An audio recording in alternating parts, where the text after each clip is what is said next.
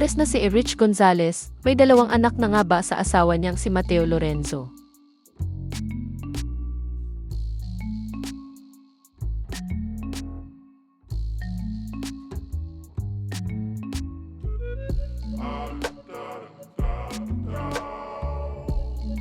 Matatanda ang ipinost ni Father Frankie Mabanta sa Facebook noong June 28, 2023 ang litratong bininyagan ang panganay na anak nina Erich Gonzalez at Mateo Lorenzo na si Jose Mateo.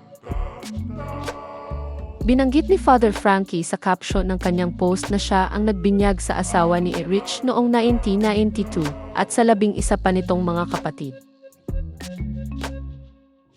Sinabi rin ni Father Frankie na siya rin ang nagkasal sa mga magulang ni Mateo.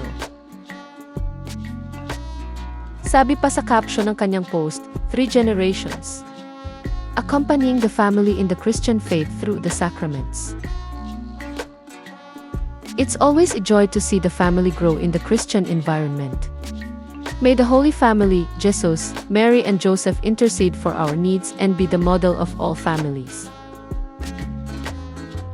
Lumipas ang halos 2 taon ay hindi nabigyan ng pansin ang Facebook post ni Father Frankie dahil marahil ay abala ang netizens sa ibang bagay bukod pa sa alam ng lahat na nananahimik na ang aktres bilang low-key wife ni Mateo.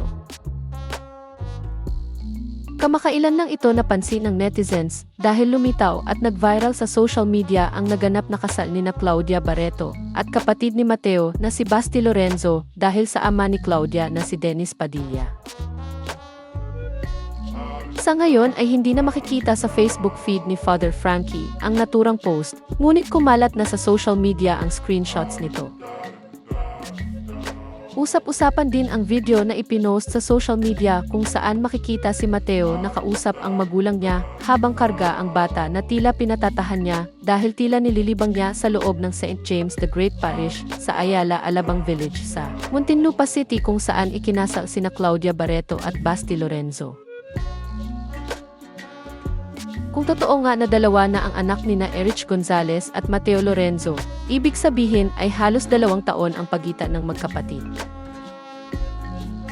Sa ngayon ay wala pang pahayag ang aktres upang kumpirmahin o pabulaanan ang chikang 2 na ang anak nila ni Mateo. Ikinasal si Erich Gonzalez kay Mateo Lorenzo sa St. James the Great Parish noong March 23, 2022.